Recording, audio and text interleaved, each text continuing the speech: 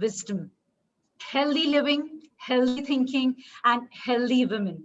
Ladies and gentlemen, I must confess one thing that I feel more than blessed right now to be welcoming on stage Brahma Kumari Shivani.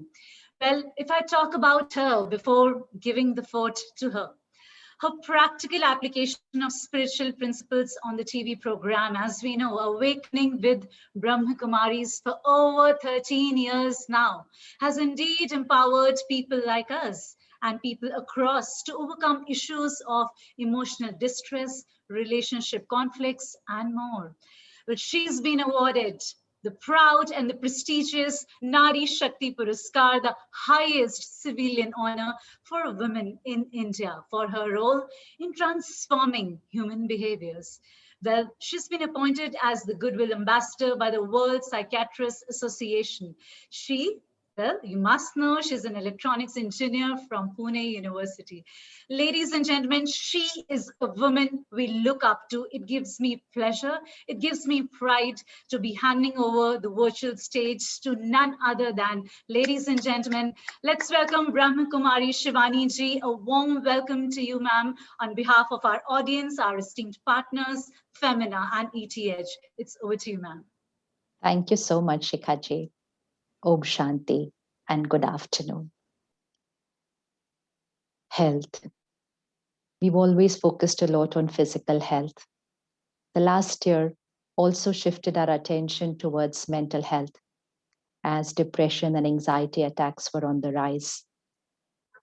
We have doctors for physical health, we have doctors for mental health.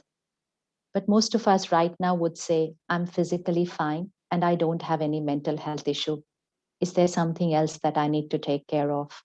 And yes, that something is emotional health. Because unless my emotional health is perfect, I cannot prevent a mental health issue and I cannot be physically perfect. So that one parameter which is completely in our control and for which I need to go to no one because it's completely my power is emotional health. Why did mental health issues rise in the last 1 year? Why did domestic violence and abuse increase in the last 1 year? It had nothing to do with COVID, right? COVID was a physical health issue. Then why the rise? The rise was because of emotional health issues. Emotional health before COVID, not during COVID, before COVID was also not our priority. And so if we look at this like a battery, it was not fully charged even before COVID. And then suddenly came COVID, lockdown, business economy stress, and this battery, which was still only partially charged, dipped. And that's where fear, anxiety, panic. And when that was not healed soon, then it tipped off to an anxiety disorder or a panic attack. So, in order to protect ourselves from any mental health issue, in order to heal our body, apart from the other lifestyle changes, we need to take care of emotional health. So, let's look at the first equation which is needed for a good emotional health, and that is I am the creator of my every thought, feeling, word, and behavior. We have been programmed and conditioned by society to believe that situations and people are the cause of how we are feeling. And so we've literally lived our life saying, I'm angry because of so and so. They irritated me. They hurt me. They upset me. I'm happy because of them. I'm worried because of them. So, which means everything that was going on inside in my inner world was because of something happening in the outer world. What a big illusion. And because of this illusion, we always wanted the outer world to be perfect so that I'm calm and stable, happy and fearless inside. And there came COVID. And we said fear and anxiety is normal. So, the first equation today, and please put this down and keep a note of it on your notepad, phone screen, or a poster in your room where you can see it repeatedly. I am the creator of my every thought, feeling, word, and behavior. No blaming anyone for how I'm feeling. Cannot blame the world. Personal responsibility. That is Atmanirbhar, self reliant.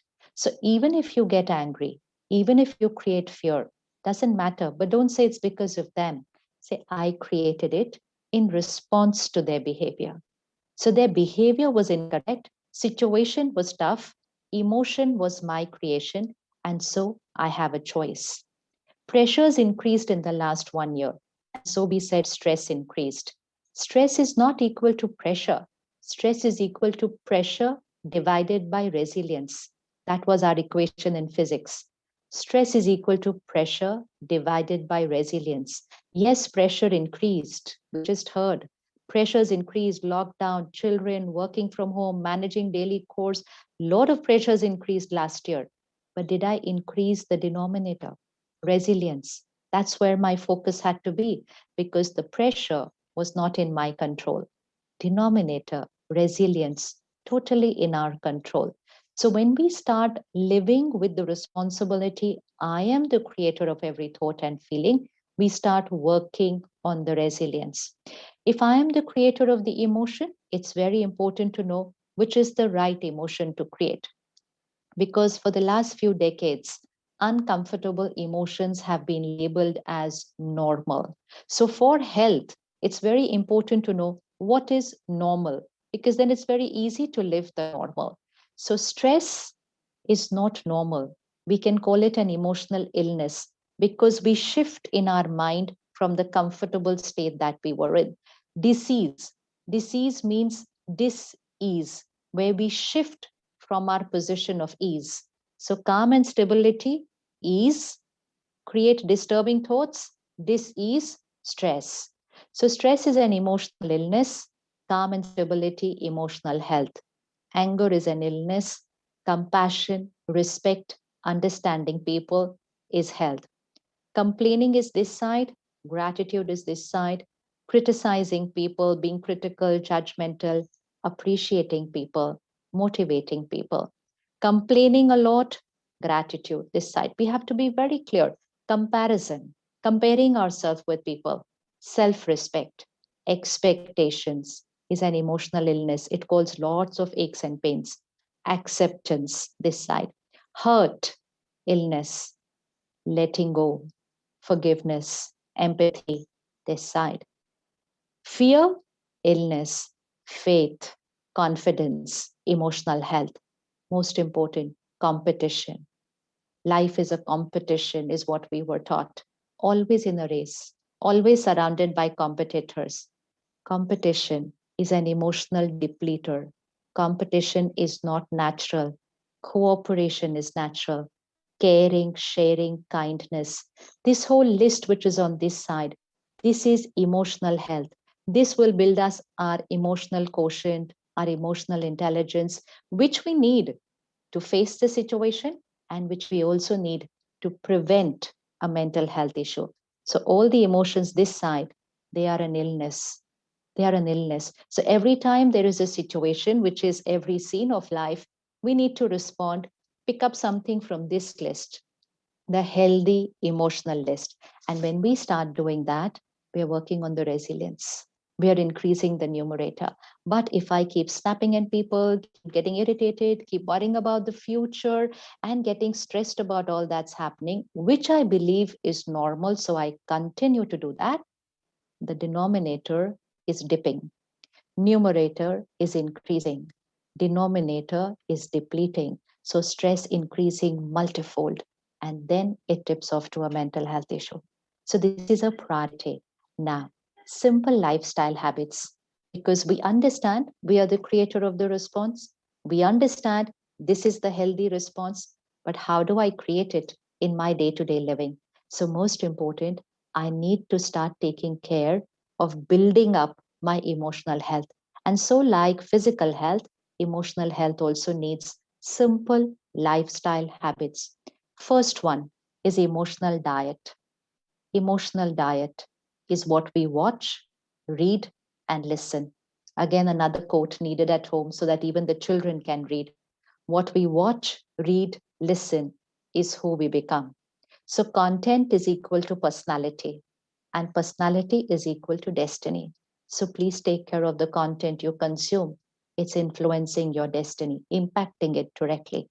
So, if I consume content of ego, violence, aggression, hurt and hatred, jealousy, lust, ridicule, judgmental thinking, so called normal content, which is there in media, social media handles, news, and I'm consuming it on a daily basis, then this cannot be perfectly healthy. And what pure positive content am I consuming on a daily basis? So, yes, I'm consuming a lot of toxic content, but the world calls it normal. But what healthy content am I consuming on a daily basis? Because what is my healthy diet for the mind? So, first important, please restrict content consumption.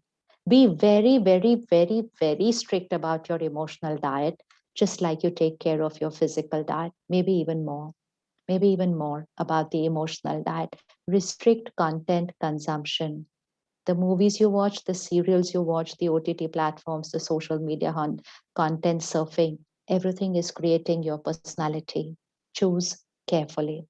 Second thing, very important for good health, is the sleep hygiene.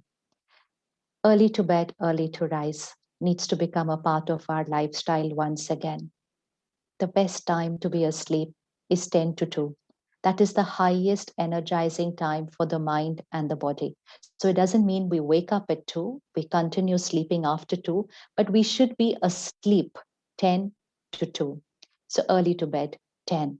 Now, for sleeping well, not just sleeping at the right time, but so that I get deep sleep.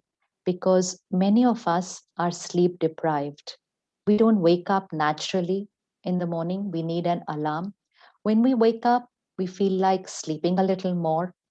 We do not feel fresh and energetic when we wake up. We literally have to drag ourselves out of bed, and we see ourselves falling off to sleep whenever we are on a flight or a train or a bus and we are not engaged with technology. If I find myself being able to fall off to sleep any time of the day when I am not doing anything, is a sign that I'm sleep deprived. But I'm sleeping enough. So why am I sleep deprived? Because I'm not sleeping right. So to sleep right, I have to have my mind slowing down and shifting from the active beta stage into the slowing down alpha stage before I go to sleep. So, which means now this is a lifestyle change. To sleep at 10, by 8 o'clock, I need to disconnect from work communication. And don't allow your mind to say this is not possible. Everything is possible. We just have to make a lifestyle change. And a lot of organizations have made this lifestyle change this year, that no one sends emails and messages to each other. Keep it for the morning, schedule it for the morning, call each other only if it is urgent. Otherwise, everything is for next morning.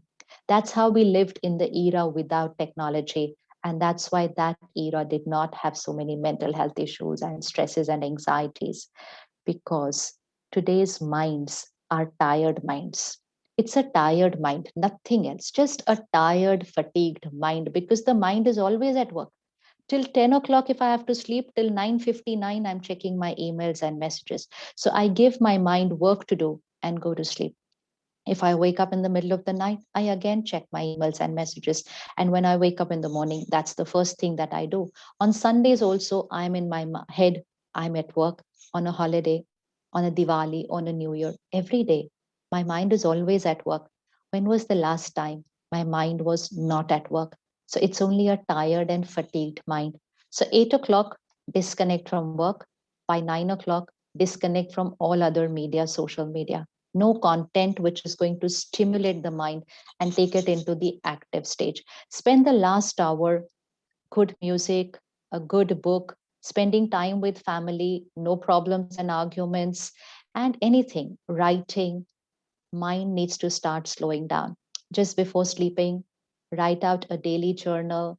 Whatever happened during the day, release those emotions, say your sorries in your chart, write it out, apologize to people, forgive people, say gratitude, counsel your mind. If it's troubled about somebody, release your emotions before going to sleep for a good sleep.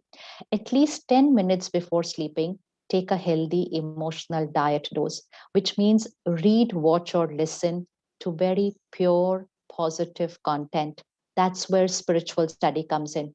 10 minutes before going to sleep, last layer of information, very, very pure and divine. It will be the processing energy for the next 6 hours. Meditate for a few minutes before you sleep. You've already shifted your mind to the alpha stage. And so when you lie down and close your eyes, you will go into the delta stage very soon. And this saves you 2 hours. You do not anymore will need 7 hours or 8 hours of sleep, 5.5 to 6 hours, and you will be fresh, vibrant, and energetic. And you will wake up between 4 and 5 a.m., which the world today is calling it the leadership club time, the 5 a.m. leadership club. But in the Indian culture, we call it Brahma Muhurat, Amrit Vela, the highest vibration time. Highest creativity, highest intuition power is at that time. When you wake up, keep 1 hour without technology. Don't look at your phones first thing when you wake up. Otherwise, this blotting paper mind, which is clean, will absorb the world onto its mind, will absorb work on its mind, and it will not get time to energize itself. The first hour of the morning is to charge this battery. So, no phones, no content, no work, first hour of the morning. Begin the morning with a meditation and then at least 20 minutes of a healthy emotional diet. So, meditation is the exercise for the mind, and spiritual content is the diet for the mind. When we have these two things, the mind is nourished, healthy. It can handle all the pressures of the day.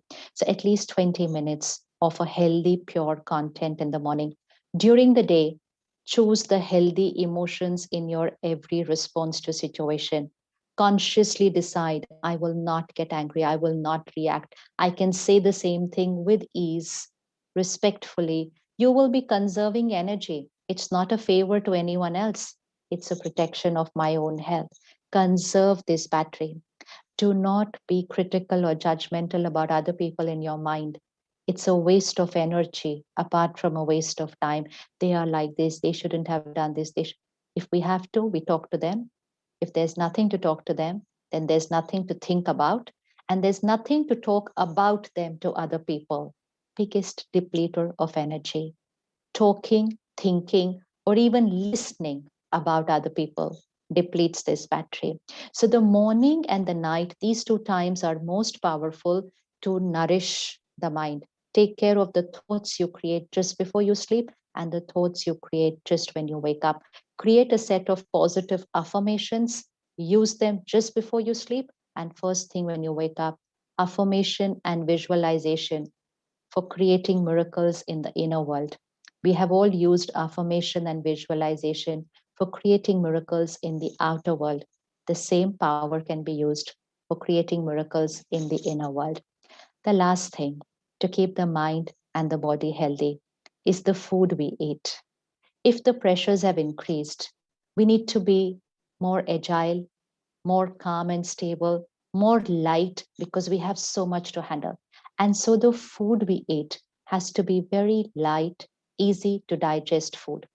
We all know that the gut is connected to the mind. If the gut is not clean, which means there is no toxin accumulated there, it will start affecting the mind.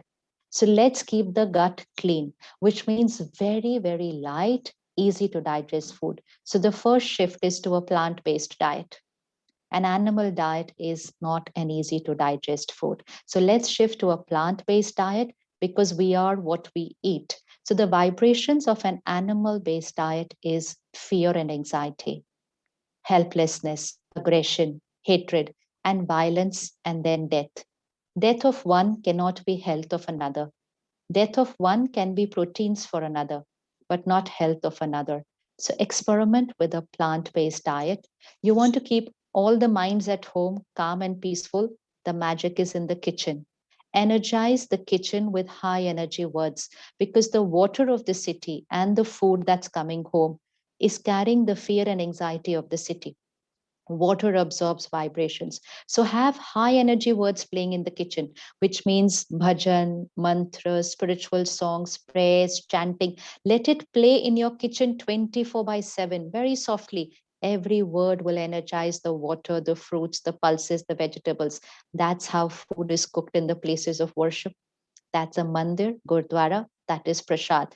We need to make prasad at home now because everyone's mind needs energy. So this will convert your food into prasad and your water into amrit. Just before eating, make it a culture at home. No screens while eating. No phone, no TV while eating, no distracted eating, mindful eating practice, no business talk while eating, no problem discussion or argument while eating. Eating in silence or eating as happy conversations because the food is absorbing what we are saying. So be very careful. Food and water is power. It's power for the mind, not just for the body.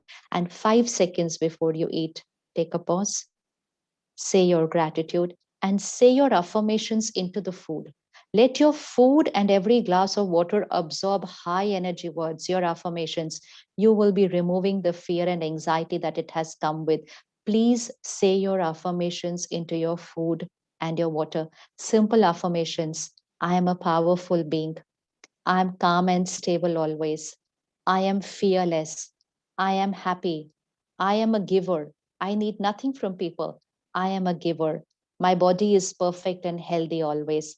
And the divine circle of protection is always around me. Simple, just 5, 6 affirmations. Put it into your every food and water. And within 15 days, that's a guarantee. Within 15 days, you will start seeing a shift here because you are protecting yourself from all the emotional infection around you. Going back to emotional health is very simple. Just don't consume all the vibrations around by taking care of what we watch, read, listen, eat, drink. And these lifestyle habits are very simple. Even your kids can do it. Even your kids can do it. They are that simple. Thank you so much. Om Shanti. Om Shanti, Brahma Kumari Shanti. Shivani ji. I think for a minute, I think I need some more time to be off gadgets and just absorb what you just said. But I have to do my duties and I have to say thank you to you for enlightening us. And yes, we need to calm down our monkey minds, as we say, right? And gift ourselves the good sleep that you talked about, the good food that you talked about. And I am personally, and we all are beyond grateful to you for the affirmations that you just said. And I was just smiling to myself as to, how many, remedial measures I need to take in my lifestyle as I was hearing Brahma Kumari Shivani ji. Thank you very, very much. Here's sending much love and power to you as well.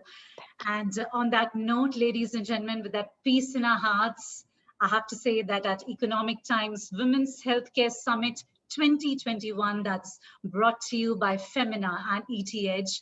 We invited leaders such as Shivani ji and more, stakeholders and decision makers in the summit to step forward and join this noble mission, ladies and gentlemen, the mission to build a future-ready women healthcare ecosystem that synchronizes femtech, the AI we talked about, the telemedicine, the big data, the Internet of Medical Things, the IOMT, and of course, most importantly, as almost all the speakers, including our doctors, they stressed upon the fact how we need to channelize our energies, most importantly, to trump the current crisis and also prepare ourselves, God forbid, for any other challenge that's coming up.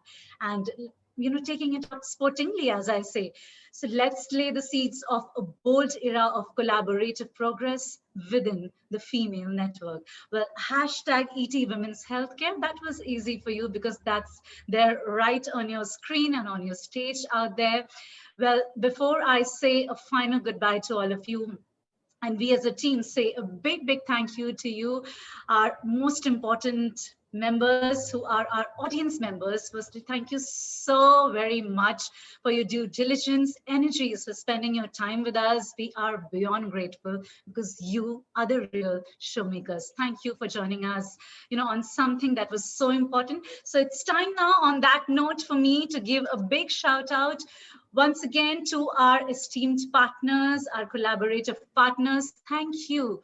Our associate partners, Bharat Serums and Vaccines Limited, and also Cetaphil. Let's also, ladies and gentlemen, extend our thank you to our knowledge partner, Nat Health. Thank you to our supporting association, that's Association of Healthcare Providers India, and of course, our media partners, India Med Today and Insights Care. While we can still feel the vibrations of the beautiful address that we just heard. So I think without saying much, I would like to say, have a happy heart set, have a happy soul set, and of course, very happy mindset at the same time. Thank you so very much, ladies and gentlemen, for joining at the Economic Times. Ladies and gentlemen, the Women's Healthcare Summit 2021. Have a lovely rest of the day. Thank you.